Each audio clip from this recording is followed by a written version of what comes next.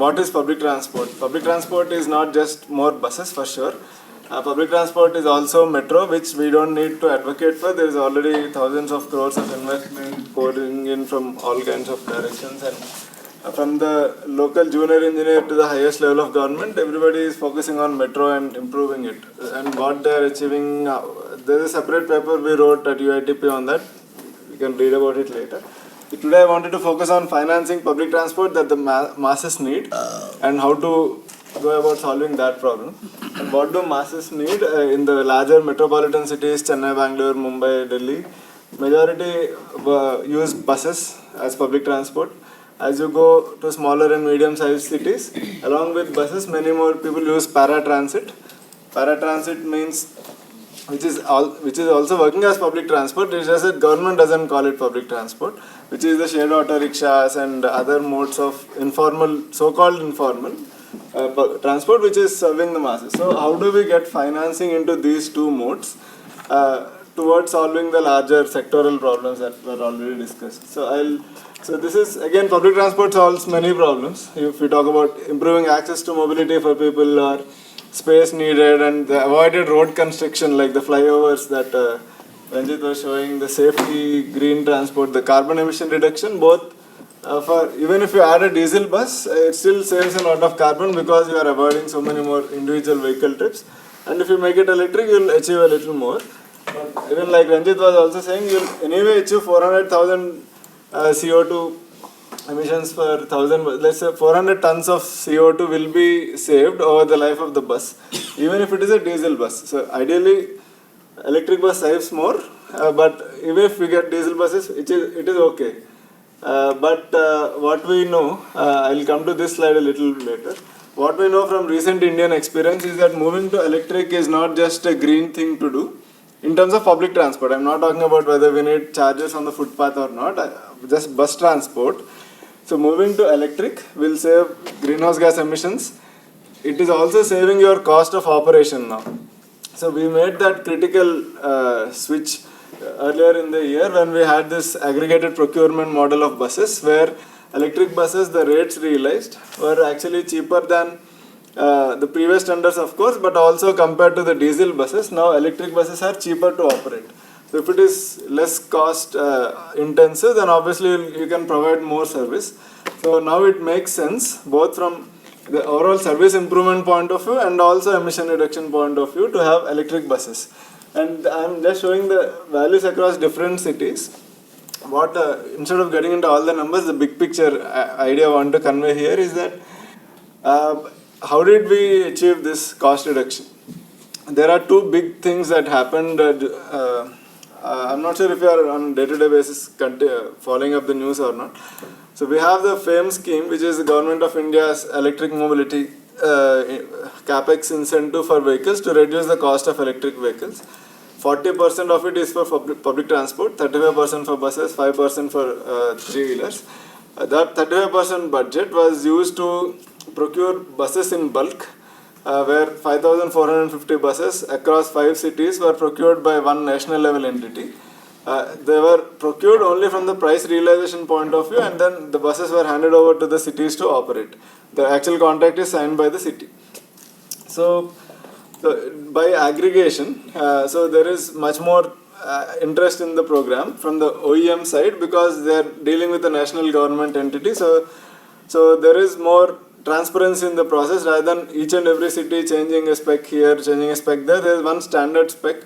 It is good for the OEMs. It's also good for the cities from the point of view of negotiating a better price. So I'm based out of Bangalore and I work with BMTC on a day-to-day basis. I was part of the previous 2-3 electric bus tenders at BMTC. And it was a struggle to talk to Ashok Leyland, Tata Motors and all these big people when you talk about bus specs. We want a charger in the bus. Oh, no, that is not possible. We want something, oh, this is not possible. Nothing is possible. We have a bus, you just take it and give us whatever price is discovered at the tender. Whereas at a national government, if you see the bus specs in the CESL tender compared to any individual tender. I also worked on the CESL tender, by the way, through my association with World Bank and BMTC. I work on buses, on planning, procurement, data analysis. So So wherever there is bus discussion, I will somehow fit into that. So some places wantedly, some places people don't want me, but they can't avoid me, so I am there around. So anyway, in this, whatever we could not do at a city level, a lot of the good specs were included in the national level. So at least from a contracting point of view, it's a very robust contract. So by improving the contract standard, so there is when you get into a contract, people are taking a risk. The city is taking a risk, and somebody who is bidding for the contract is also taking a risk. So by minimizing the risks, you will arrive at a better price. The more vagueness in the contract, the more risk premium people build into it. So one of the things about financing is to reduce the cost of service delivery, and so reducing the risks in the contract is one big achievement we did. So what kinds of risks? There are two risks, particularly with electric vehicles. Technology risk. We don't know whether the battery is just blowing up on the street, we don't know whether it will run for 200 kilometers we want. There are so many things cities are apprehensive about, so they keep asking for, basically both sides are saving their backyards basically to, in the process of safeguarding things, we should not overdo things also. So I think now we found that balance. We think so. When the buses have to hit the road and they need to operate for 5 years, then we'll know the reality. But in principle, a lot of things like the technical specifications of the bus, like the range needed, the warranties on the battery, traction motor, electric powertrain, all of these things are included. Safety standards, we have floods or rains, so the safety standard for the battery. And then also diversity in workforce, all of these were specified in the contract. And then that is on the product side. On the city side also, mandating the infrastructure required upfront, as well as maintenance manuals, energy efficiency standards, so until which city pays. So there are a few things that are included. So this is not a technology discussion, but it's a finance discussion for sure. So what have we done to improve reduce the financial risks? In a procurement process, we have the request for proposal and a concession agreement. There is a model concession agreement which outlines what goes into the actual contract and which is eventually signed as the concession agreement. And then there are some procurement issues also. So without getting into the bullet points, what it broadly did was that when I worked at a city level versus at a national level, the difference is that in a city level, cities are really apprehensive. The managing directors are apprehensive about tomorrow there will be audit objection, there is something objection, some other objection. Whereas at the national level, there is already a procurement manual of Government of India which already clarifies a lot of things. You can't go beyond it. So there is, as long as it fits into that framework, you can actually specify things which are strong from the city's perspective. So what we did was, so there are termination clauses. So I have been in pre-bid meetings. Pre-bid meeting is when you put a tender out, people come back with questions and you have a pre-bid meeting where you answer all the questions and then they bid. This is a bid and then before pre-bid. So in the pre-bid meetings, a lot of questions are on, none of the OEMs talk about how many kilometers I should operate, what is the punctuality. Nobody actually talks about it. What they actually talk about is, what is the termination clause? If you terminate the contract prematurely, how much do you pay? Or if I terminate, how much do I have to pay? There is a safety payment called escrow. There is a 2 month of payment there. Can you change that? When do you pay? 30th of the month or 10th of the month? So there are so many of these questions which have nothing to do with the actual bus or the service on the road. But there are all of these impact the cost eventually. So, but there is no capacity in the cities to think of all of this because one, there is a new technology called electric buses and the vehicles, we don't know what it is all about. Second, there is also a new business model where earlier public bus agencies were buying buses, hiring drivers, operating themselves. But with electric buses, things have changed. One, there is a technology risk, so you don't want to outsource the risk, which is good. The second thing is the cost of service delivery. Over a period of time, in-house operations has become more and more expensive, and whereas a private operator delivers at a lower cost. So there is also an angle that, but they are exploiting the child labor and all that. So that is some part of the story, but the bigger part is that with electric buses, the cost is more capital expenditure. Where in a diesel bus, capital is less than 5% of the cost. Majority of the cost is diesel cost and the staff cost. In electric buses, 20 to 25 to 30% is capital cost. So the cost of capital, whoever has the cheapest capital will win the electric bus race eventually. So as a government, I have limited money to spend, and I would rather spend on health sanitation, which is not getting adequate attention right now, rather than spending upfront capital on a bus.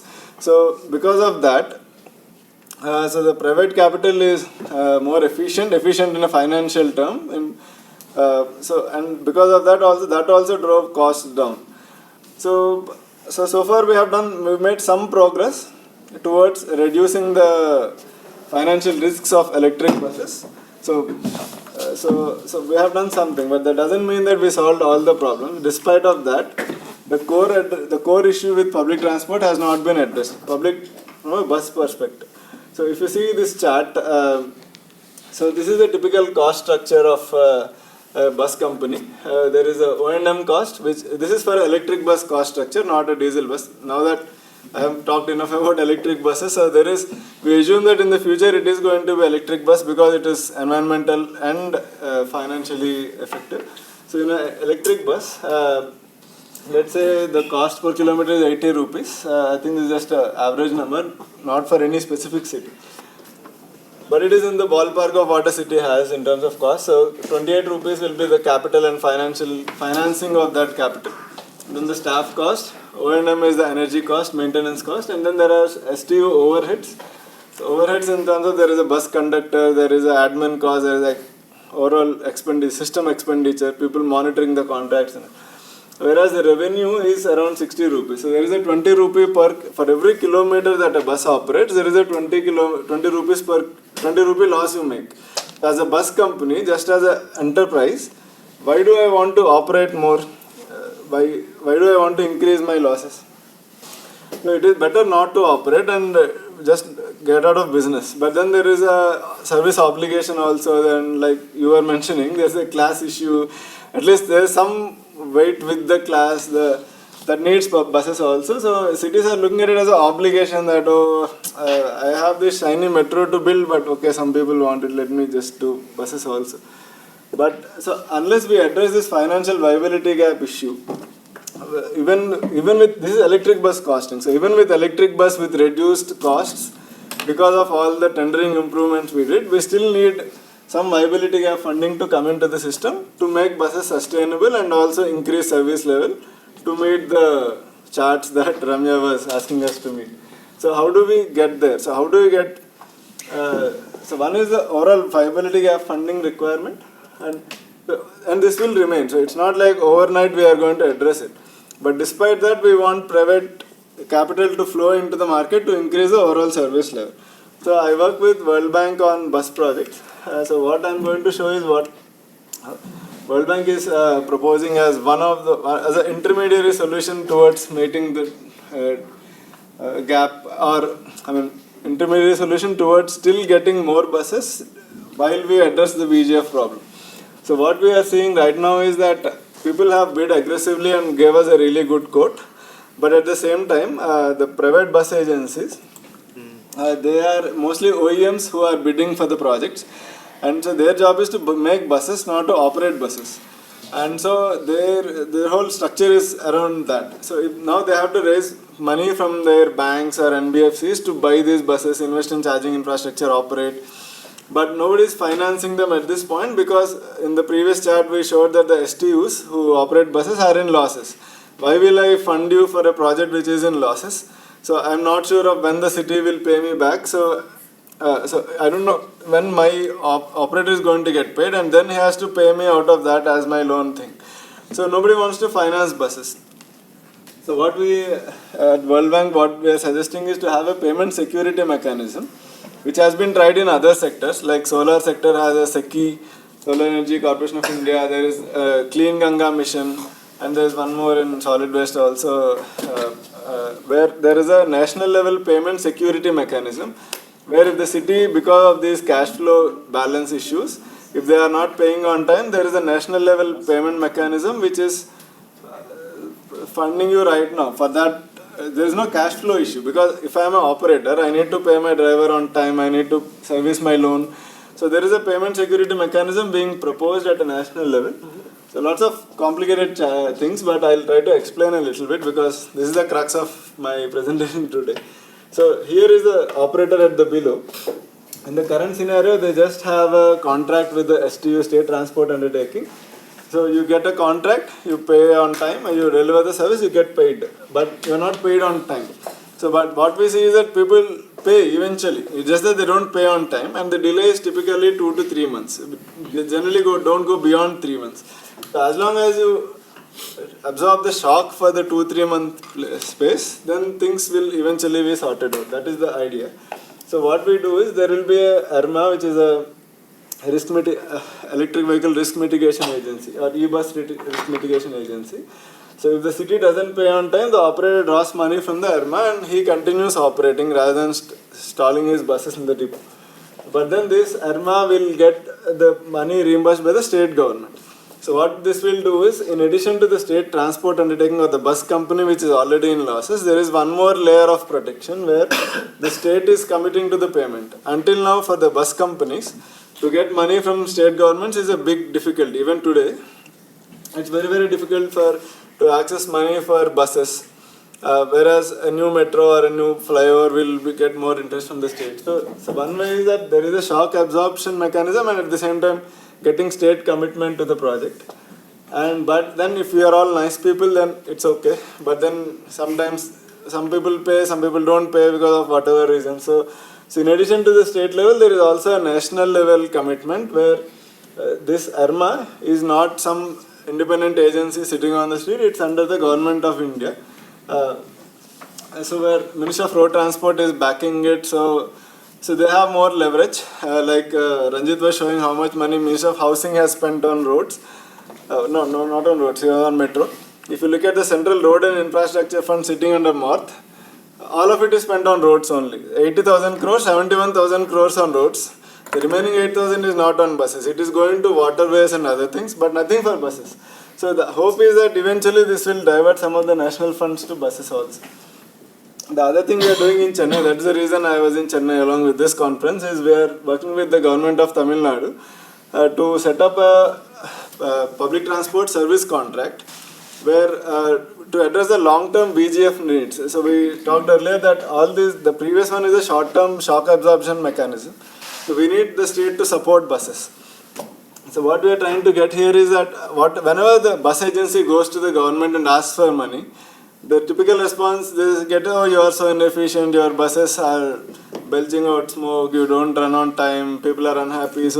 But the fact is that then if you ask the STU, are you so bad? Then they say, oh, but we have so many obligations, we need to carry students, disabled people, journalists, all of whom are traveling for free, how can we make profits? We also pay motor vehicle tax. So the reality is somewhere in the middle. So there is some inefficiency, there is some need for government support also. Basically what we are trying to do is to ring fence the problem on both sides. So what we will do in this public transport service contract is that there will be key performance indicators listed. That what is your on-time performance, what is your kilometers per day. There are some service standards, how is your customer satisfaction. So as long as those key performance indicators are met, the remaining viability gap funding will be reimbursed by the government. So that is the mechanism we are trying to get installed in Chennai. If that happens, then hopefully more people will do that. So I'm running out of time, but I would like to also talk about three-wheelers a little bit. Again, lots of text, but the key message here is that three-wheelers are, at least for buses, there is some state backing. In some states it is better than the others, but even though the best states don't have enough. But with three-wheelers, they are on their own, really, on the streets and figuring it out themselves. So the typical three-wheeler, whether it is electric or non-electric, they don't get adequate access to finance. Because most people didn't even have bank loans earlier. Even if they have bank loans, they are not very predictably maintaining those loans. I have a rent to pay, or there's some wedding in the family, or my son's school fees has to be paid. So because of all of these reasons, they have their track record for repayment of EMIs on loans has been poor. Because of which most of the banks just don't want to work on three-wheelers at all. And then it is left to the NBFCs, some of whom work on it, most of them don't even work on it. So eventually there are three, you may or may not believe it, there are only three financing entities financing three-wheelers across India. Sriram Finance, Bajaj Finance because they have a Bajaj auto to sell, and there is Mahindra Finance because they have a Mahindra auto to sell. So apart from these, there's not many other people financing three-wheelers. And like I said earlier, with electric vehicles, it's all a capex game. Whoever has the least cost capital will win the market. So with electric vehicles, if you don't have electrification in the three-wheeler market, then you will continue to do the emissions and all that. So how do you get access to finance in such a market? So right now because there are only few people giving finance, and then on the other side of the market is also not very predictable. The loan interest rate goes up to 25-30%. Whereas for us as salaried employees or others, we get loans at 8%, 10%, and we complain about increasing by 0.5% when RBI announces something. So for this, what World Bank is designing at this point is electric vehicle risk sharing program, which will cover two-wheelers also, but there is a significant three-wheeler market that will be addressed hopefully. So where again lots of flowcharts. The point here is that if somebody is not paying on time, again there is a risk delinking from the user. So where there is a pool of money set aside, at this point it is likely to be SIDBI, the Small Industries Development Bank of India, who will host this facility, where there will be a pool of money, and suppose all of us take loans and I am the defaulter, but as a bank everybody assumes that you will also be not paying just like me.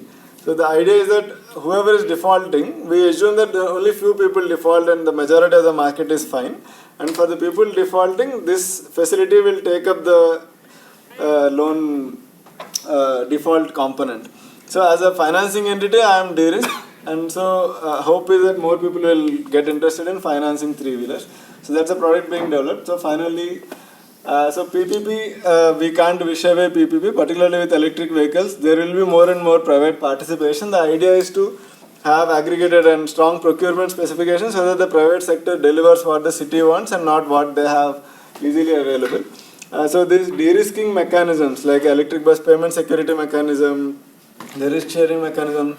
So across sectors, I think this de-risking of products will attract more and more private capital into the space, and that is how we need to transition towards electric, public transport, both. Yeah, thanks.